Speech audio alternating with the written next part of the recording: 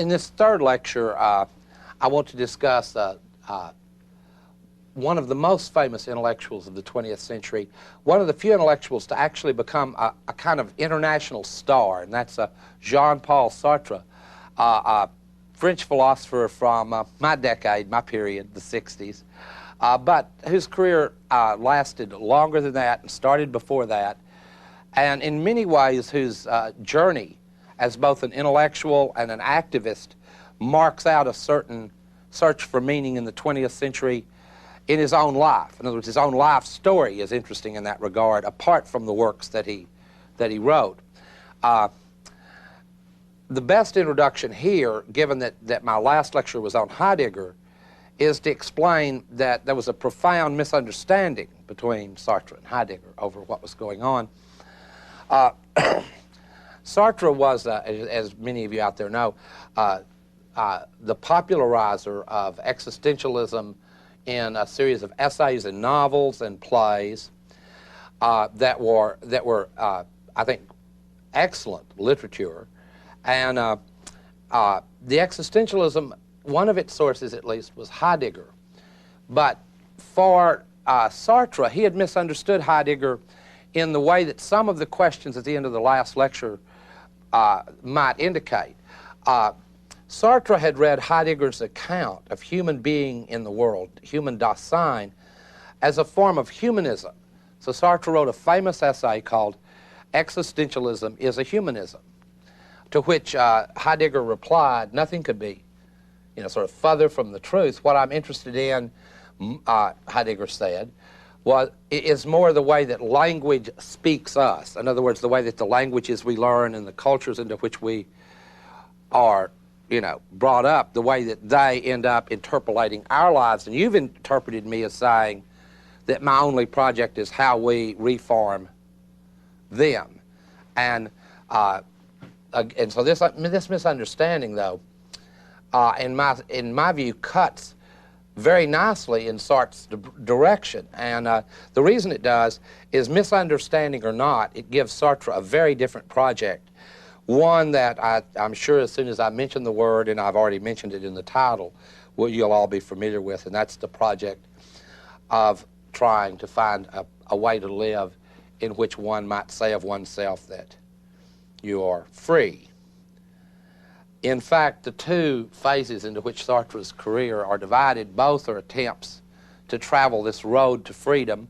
One is, as a young man, Sartre, as an existentialist, and I'll try to explain that term briefly in a moment. Many of you are familiar with it already. And then later, after the existentialist so-called period, although I think that Sartre in some sense maintains those views throughout his life, or at least a set of them, then there's Sartre, the one that Americans are much less familiar with, because we are unfamiliar with this intellectual tradition in Europe, and that's Sartre the Marxist. In fact, this was outrageous to many of his early admirers that he would become a revolutionary Marxist, because in the United States that always had been associated with Soviet-style bureaucratic Marxism, and of course then you began to think about the Cold War and all the little films you saw in grade school of Russian kids with their hands hanging on barbed wire and all that stuff, which actually wasn't a mode of thought, but was just our mode of propaganda. It doesn't mean it wasn't better than their propaganda. Events have proven it was better. But in any case, this second period in Sartre's development as a revolutionary Marxist is less well understood, and I'm going to try to say a little bit about both. The reason I want to do this is that our general theme is the self under siege, and no one more than Sartre, I think, in the intellectual world, in the world of ideas and books, fought harder to maintain a sense of self. The themes of existentialism is, as you may recall, it's a principal concern I've already raised in Heidegger, although, as I say, not in the way Sartre would raise it. It has concern with a series of concepts that today would be, I think if you were to discuss them today, for example, at the mall, you would just be called someone who's very depressing. And if you went to your psychiatrist, they would probably just give you some Prozac and hope things worked out. Because the existential concepts are anxiety, despair, and death, and these array of concepts. Let's see. I come up with some others, you know, but those are a handful, I think, that'll give you an idea of where the existentialist project. This was not a interestingly enough, a philosophy that was worked out in lengthy volumes or tomes. I mean, it's clear Heidegger didn't view his work as existentialism, and except for a few essays, Sartre's own work would not be adequately characterized this way. It became popular in the United States precisely in the context of a cultural search for meaning. So the ways in which you're familiar with Sartre's existentialism, again, probably won't be from reading the books that Sartre wrote, but from the cultural artifacts produced out of that mood of existentialism. And there you could name dozens of movies, plays, novels, and cinema produced with that mood, with moods of despair, anxiety, and with the structural problem, you know, this anxiety before death and meaninglessness. Another famous concept out of this same set is the concept of the absurd by Camus. And I want to mention it briefly before I proceed on to Sartre. The absurd for Camus is that circumstance within which we frequently encounter when, for example, somebody who's 25 is hit by a brick that falls off a building, you know, and then somebody like Ronald Reagan, who's 80, is shot in the chest with an exploding bullet and lives, and we go, that's absurd, you know. I mean, it's the sense that our life hangs on the same kind of contingencies that dice hang on, you know. Like you roll 11 and it's lights out, otherwise keep playing. That sense makes your life feel absurd. I mean, this is not, again, you can see why existentialism had popularity as a cultural phenomenon, because these are issues that traditional philosophers didn't address in this way. Why is existentialism even possible? Well, in spite of the fact that there were so-called religious existentialists, it took this whole background that I at least tried to explain in the first lecture. The secularization of society and the suspicion about its ultimate meaning that goes along with abandoning certain simplistic views of God that open up fears about death. I mean, this is what opens up the human experience to anxiety, despair, dread, and the absurd. I mean, it is true that if there is no God, then there's no easy answer to the question about the meaning of not just human beings, but anything. And it's just a dodge to lower your standard for meaning because the world's become more secular. That's my view anyways, that standard should still be set that high. In any case, Sartre's attempt to articulate existentialism, let me mention at least one novel you all should read, Nausea. There's another good word. I mean, this is, again, the title kind of says it all. Nausea, it's a wonderful novel about various of these existential motifs and moods.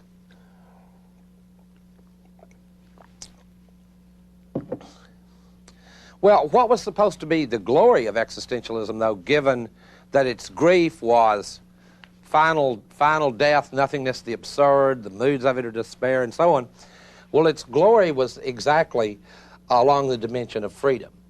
That what this would do, this insight that life had no meaning other than the one constructed by the self, was not only an insight that we had no one to protect us, but it was also an insight that we had no one to stop us. Let me try to state that in the most vicious way I can. Dostoevsky said he didn't say, his character says in the novel The Brothers Karamazov, if there were no God, all things would be permitted. Now, that's, for the existentialist, both frightening, but then it's also exhilarating in the sense that your life becomes your own construction. So Sartre's view of existentialism was that it meant that existence precedes essence, and that's the famous phrase Sartre has for existentialism. Existence precedes essence. And what he meant by that was that human beings have no essential nature. There is nothing universal or essential about human beings. What precedes anything that may appear as essential are existential choices that are made, and as it were, your life then becomes the sum of your actions. And for Sartre, this was what freedom meant. Freedom would be unthinkable in the older world that still was surrounded by this holy halo. It would not be a thinkable concept. Nietzsche once said, if there were gods, how could I bear not to be one? Because I'd live as a slave. I don't want to be a slave. If there were gods, how could I not be one? Who wants to live as a slave? Well, if you find that outrageous, you should find Milton outrageous. He has, you know, Satan's the hero of Paradise Lost. This is a little joke, a little side here. I mean, I don't know if you've read it, but Satan's the hero. He's an anti-hero, let's be fair. But Satan says, look, you know, sure, I joined dubious battle with God upon the plains of heaven and lost and all that. But it's you know, like better to be in hell than to be a slave. And that view of freedom, that very extreme view is the one that comes out of what you might call the existentialist revolt. And many people found existentialists revolting. Certain modes of behavior, especially in our culture, came along with it. It was a coffee house attitude. People viewed themselves as nonconformists. They drank a lot of espresso. They listened to beat poetry, and so on. This was the existential motif in our country. Of course, you know the great American genius for marketing. And this goes right to the point of the self under siege. Now you've got a movement, you've got people, oh, this is a way to find my authentic selfhood. I've got to free myself from these conformists and from all this old religious stuff that used to hold me back. So I'll be a nonconformist, I'll dress in black, I'll read Heidegger and Sartre, I'll listen to this different music, and we'll all go out and be different together, and then pretty soon you've got a whole new industry selling dark clothes and weird funky music and coffee houses on every block, because Americans can even market death. They can say, oh, you believe your life has no meaning unless you die, I can sell that to you. I mean, this is just American marketing genius. Now, this is funny, but in a way it's not funny. I mean, it's like if Christ came back, he'd get a deal with Nike. I mean, why mess with, 12 fishermen? I mean, get a deal with Nike. This is the self under siege. This is a world transformed. And believe me, well, you don't have to believe me. I mean, hell, why? But think about it this way. If you look from the 19th on to the latter 20th century, you think back into the 19th century, the late 19th century, we had some of the first automobiles, and they came along, and they seemed to be rather noisy, pointless machines. Horses were certainly more elegant. Riding them was more fun. But what? Well, it didn't help, did it? I mean, automobiles became as big a part of our lives as any religious festival in the history of the planet. How about television? I remember I was a member of the first TV generation. I remember the first one my father brought in. Little black and white Zenith, picture about like this, box about like yay so, okay? We were trying to gaze in there somewhere at Milton Borough, you know? And my father said, nobody's going to watch this damn thing when they can listen to the radio. But in how many subtle and countless ways do these things change us? Phenomenally changes. Now, in the late 20th century, we have the advent of virtual reality, cloning, multi-informational systems, and so on. All going on rapidly. So this joke of mine isn't so funny. I mean, it's a shame in a way that the existentialists couldn't start their own little club, you know, and sort of be different. But in a way they could. Nobody stopped them, right? It just got to the point where it wasn't really fair to call anybody who has a TV show a nonconformist. You know, I mean, that wasn't the idea originally. You were going to be a little bit more different than that. This is, by the way, a very familiar cultural trope of trying to find meaning in the United States, and also it's not fair to limit it to the U.S. because our culture, as you know, is becoming a world culture. I mean, this seems to me obvious. It invades other cultures. Its televised images, its movies, its music begins to dominate even the most traditional cultures. And you can drive down through Mexico and you can find that at some villages, even a new Coke machine will be like the totem of the village. Everybody will be around the newest Coke machine talking. So this is a culture that's beginning to, as it were, tell people who they are. So Sartre, the existentialist, wouldn't have been happy with this development. And the paradox into which he found himself drawn was twofold. On the one hand, you get enough nonconformists and then you've just got another group to which you advertise, okay? That's one problem. The second problem, he points out himself as he matures. He writes an autobiography called The Words.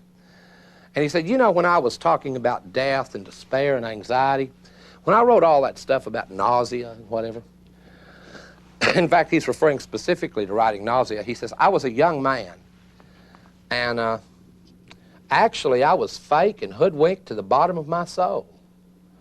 Because while I was writing that book, I was, on the one hand, I, myself, Sartre, the writer, the chronicler of hell, I was, in fact, extremely happy.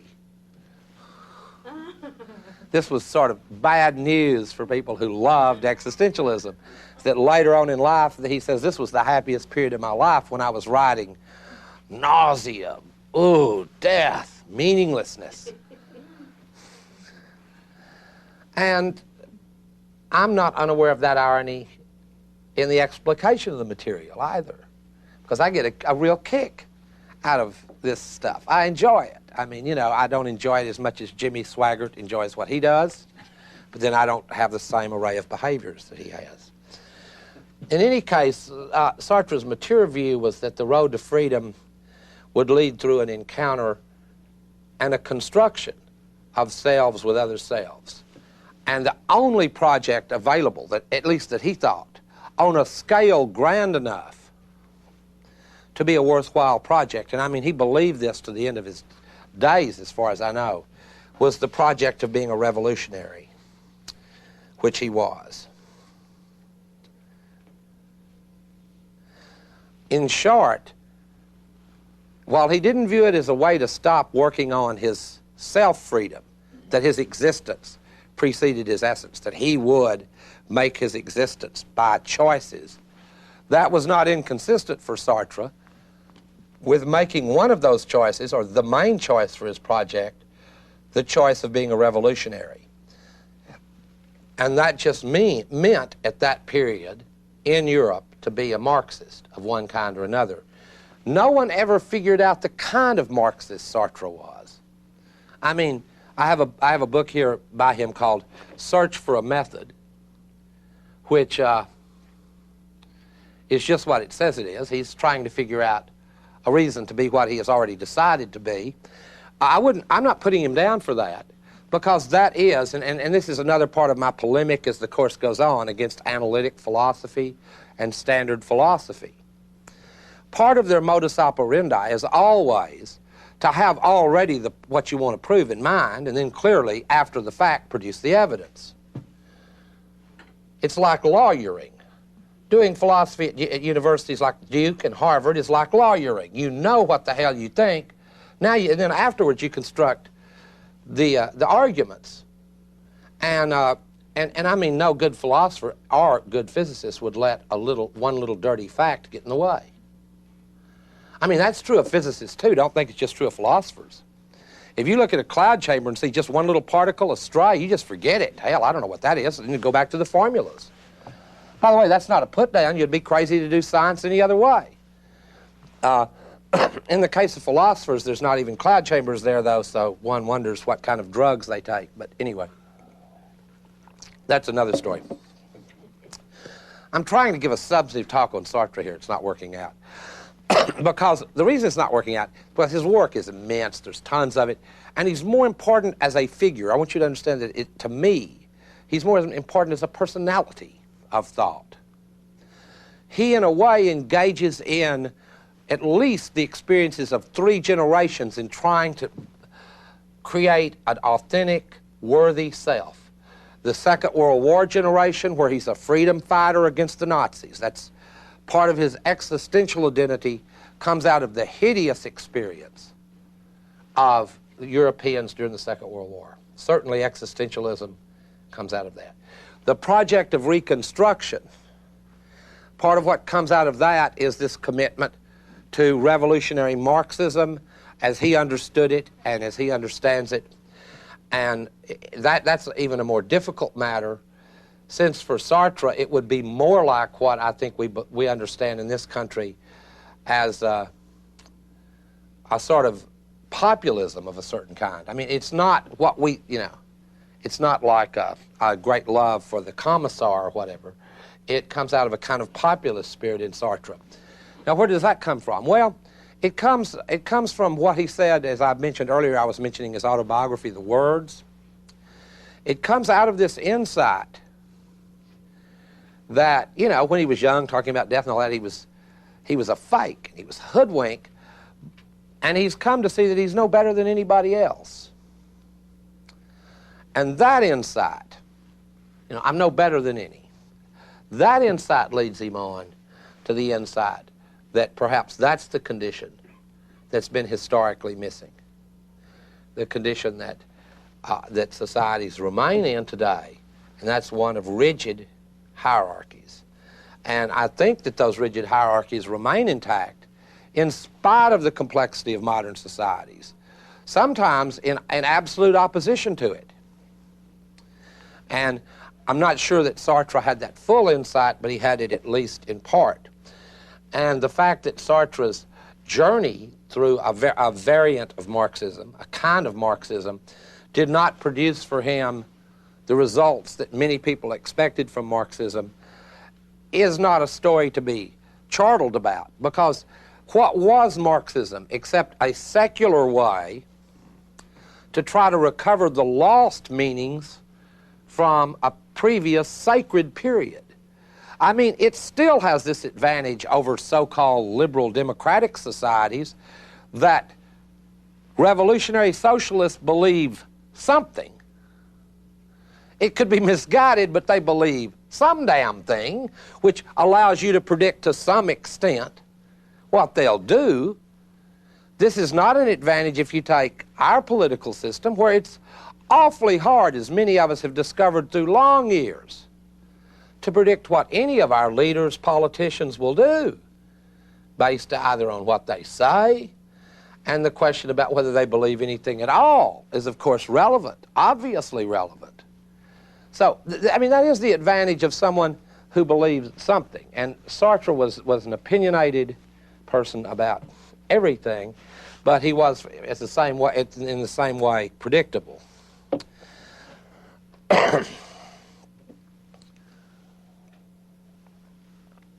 Sartre could see no way to escape the 20th century without a revolutionary change in the relations between human beings, unless we changed the way we related to each other in some radical way. And that is the Nietzschean part of Sartre.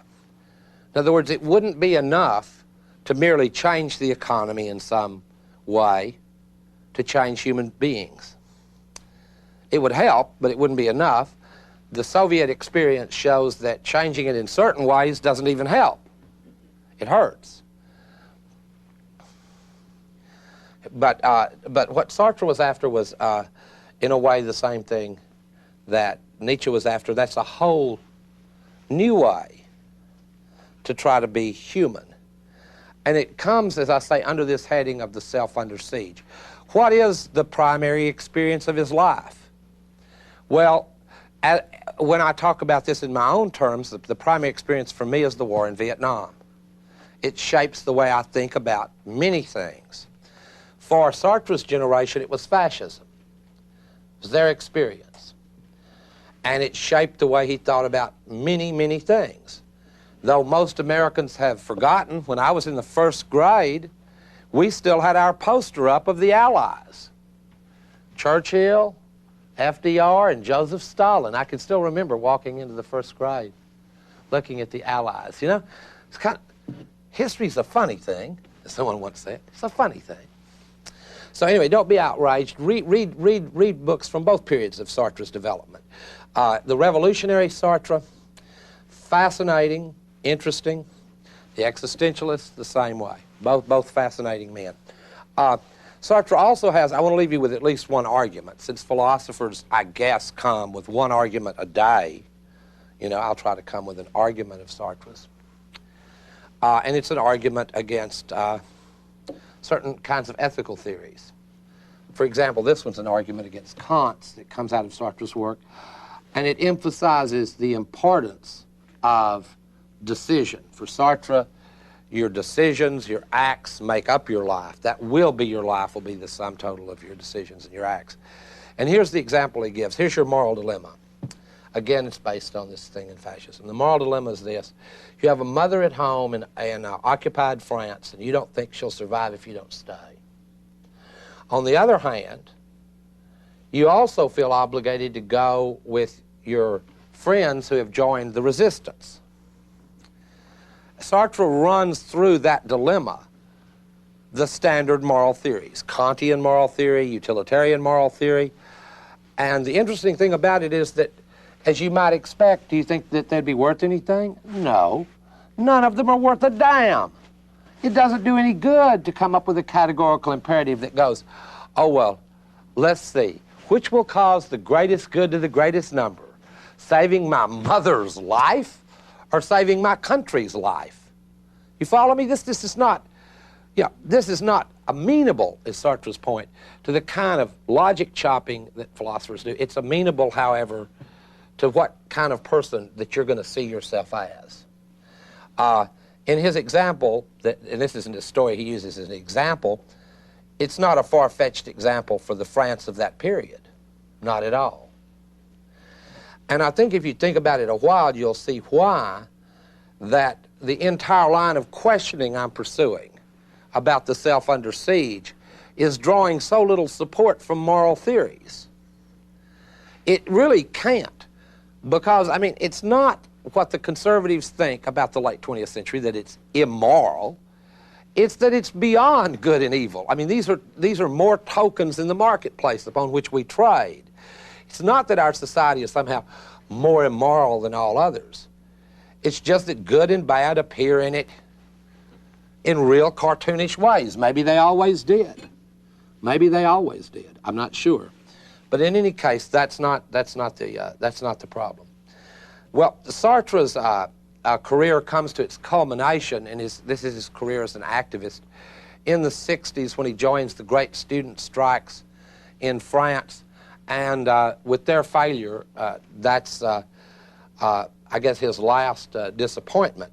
His road doesn't ultimately lead to what one philosopher has called a way to escape the 20th century. Turns out that we've already escaped it a few years ago, unknown to us. But the way they used to state this was, how do we escape the 20th century? And Sartre was unable to. He does institute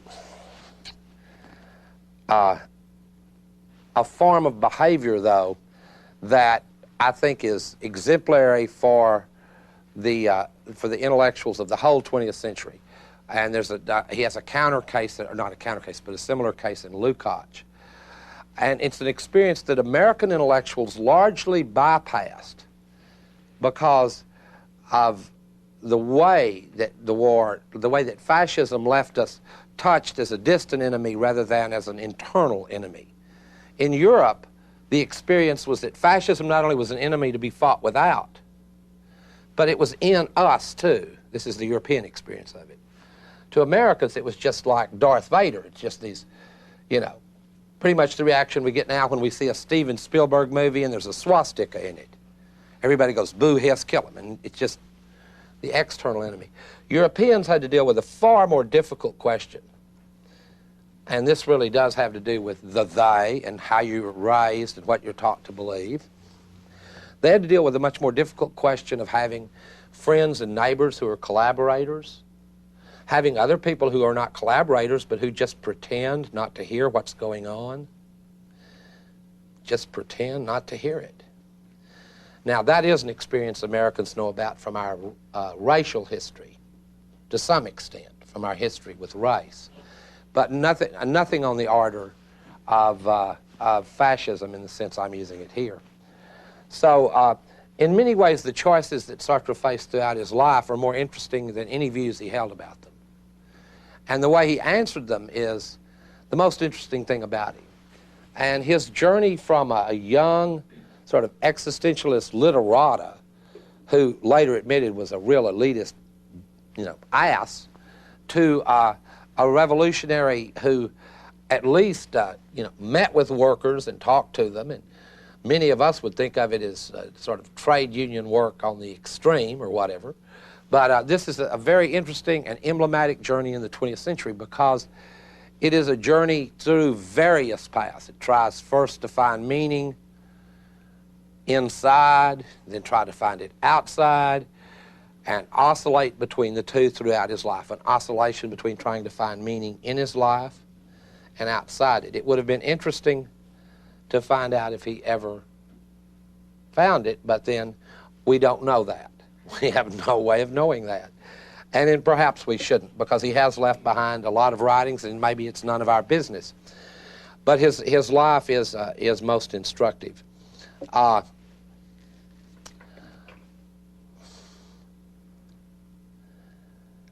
think that the best way to summarize this, perhaps, these remarks may seem to be scattered, I'm sorry, because what we're dealing with here is a problem so fundamental, the problem of the construction of a human being, any human being, and I've taken Sartre as an example of someone who tried to construct himself as a free human being.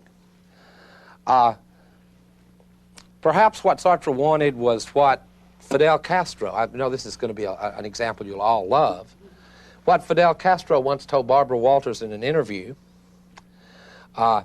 Barbara kept asking Fidel, this interview's on tape, we could probably get it and splice it in here, it's more interesting in many ways than Sartre, but Barbara Walters kept asking, Fidel about, was he married and where did he live, and those kind of interviews. How many rock stars have you met? Were you really a minor league pitcher? And finally, Fidel just loses all patience with this, and he goes, look, this is all trivial. It has nothing to do with the revolution, or with world opinion, or with my people. All I can tell you is this. I'm an absolutely free man. I own my own life. The rest is untranscendental detail. Garbage for People magazine. That was the freedom I think that Sartre was looking for. Maybe it's the freedom that Castro found, and it would be a tough and brutal way to find it if you find it that way. But the 20th century has not looked good for very many people for very long. But that's what I think was at the heart of Sartre's search. In fact, there's a famous conversation between Sartre and Castro, which I won't relate to you, more than just a little bit. There's a nice question in it when Sartre goes, well, how do you serve the people? I mean, what if they wanted the moon? And, Castro's tried to argue that the revolution could get anything it wants. And what if they want the moon? Sounds like a pretty good question by a philosopher like Sartre. Can't get that for him. And he goes, well, if they want it bad enough, it will be because someone needs it. In other words, he doesn't say I can get it, but we will at least understand they need it. Well, that revolutionary project still has some appeal to me. I mean, I still think that people's needs are important, and while we can't get the moon, it sometimes is well to listen to those who at least need it. Sartre was someone who clearly, I'm sure that someone out in the audience or listening to the tape is saying to me, well, I mean, hell, Sartre should have just been a good Catholic boy and that would have taken care of it. The trouble is that in the 20th century, that doesn't take care of it. That was my beginning little story from the movie The Big Chill, you know? The rewards of just being a good and decent person in a good and decent situation is not enough to sustain us anymore. And I picked his life out as a particularly tragic and one filled with sort of an odd kind of destiny life to discuss. I will mention a few of his books if you're interested, because I think that they're very good. And I think that the literary ones are very nice. Nausea, which is his young man's book, a very short book called The Words by Sartre that's been translated. And then rather than try to read his long Marxist works, look for Search for a Method, which is the book that I brought in, and read it. Because he makes the point in Search for a Method that I want to leave you with. I think it's a time to leave you with some point here. He makes a point in his book, Search for a Method, that we need to remember. And that's that modernity, both in the sense of capitalism being a part of modernity and its criticism, Marxism, are in their infancy.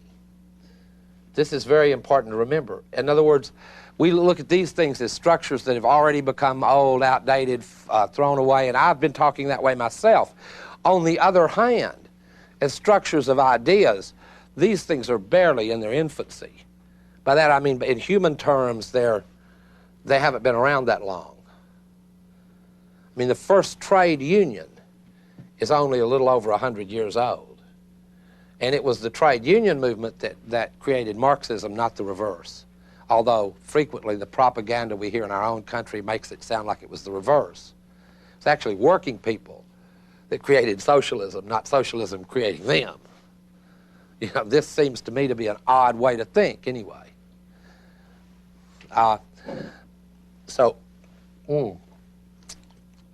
Sartre gave his life for that project, and in the course of it produced these powerful works. And for anyone who wants to pursue it even further, let me mention Critique of Dialectical Reason. I only want to mention it, Critique of Dialectical Reason, because I don't want you to read it. And here's why. For long and complicated reasons that I won't engage here, I think it's wrong, but that's not why. It's too damn long and life is too short. It's too long and life is too short. We're here having a lecture about the self under siege. We're in a culture where people spend time, huge amounts of time, running hither and thither to buy, shorts for the kids for school, to go up and down Stairmasters and so on. We haven't got time for these 4,000 or 5,000 pages. So, I mean, one function that people who at least used to be intellectuals like me can perform is to say about certain books, don't worry about it. You don't have time for it. Then, of course, if you're irritated by me, that'll make you read it, and if not, you don't have to. But certainly you could look at The Words. That's his autobiography. You can learn a lot about Sartre from that. I didn't really want to talk about his work. I wanted to talk about him as a human being, because in his case, trying to be an existentialist and trying to be a revolutionary was his way of seeking his selfhood under siege. For him, and this is what I think is his highest glory, the best thing about him, for him, philosophy was not just an academic exercise of thinking, but a way he tried to construct a life worth living, a self worth talking about as a kind of destiny. And I'm in no position to say he didn't do a decent job at it.